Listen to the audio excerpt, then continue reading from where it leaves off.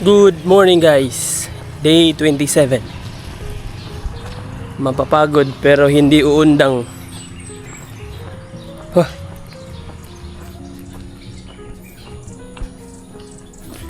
Gagawin ko ngayon is 10 kilometers jogging, 500 skipping rope, and workout. 100 squat, 100 push up, 100 sit up.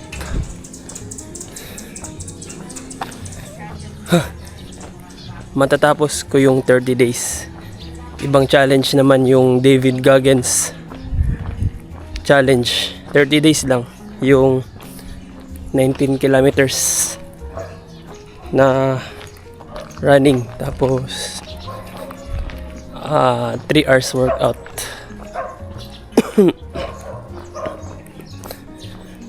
Pero dapat kompleto yung pagkain ko dun.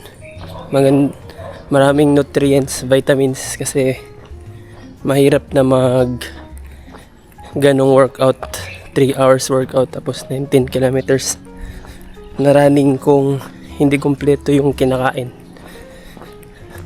Paghahandaan ko yun, bibili ako ng vitamins, whey pro, creatine for muscle recovery.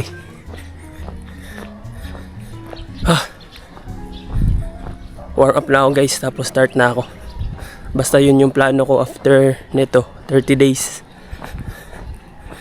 Let's go. 1 kilometer. Let's go. 3 kilometers. Malayo pa tayo. Slow run lang, easy run. Hindi naman ako nagmamadali. Relaxing lang tayo, relax run.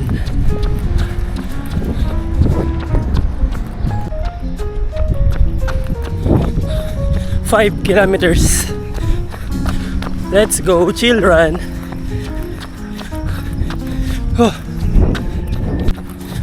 Last 200 meters. Last 200.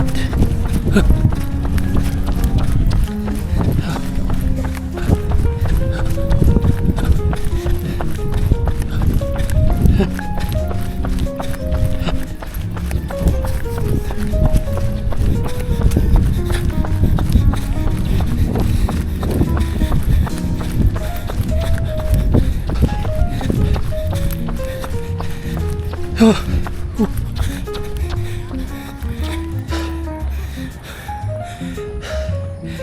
10 kilometers finish.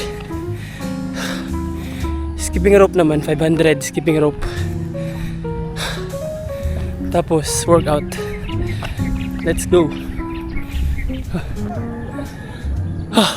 Guys, pahinga muna tayo saglit kasi napagod ako. Hindi naman tayo nagmamadali kasi yung goal natin for long term naman. Hindi ko naman ginusto na mabilis matapos. Ang akin lang is maka-finish ako sa gusto kong goal. Like ngayon, 10 kilometers. Yun lang, easy run lang. Let's go. Pahinga lang.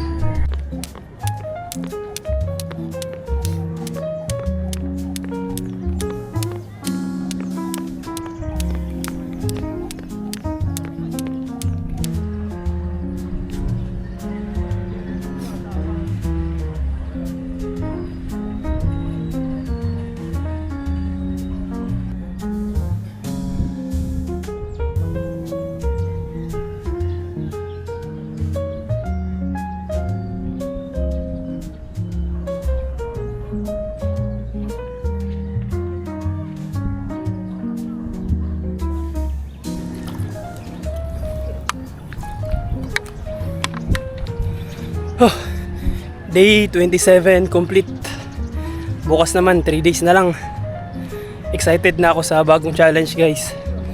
Sobrang nakakapagod, di ko alam kung kaya ko, pero kakayanin. David Goggins workout challenge. 19 kilometers run, tapos 3 hours workout. Yun, challenging yun. Let's go.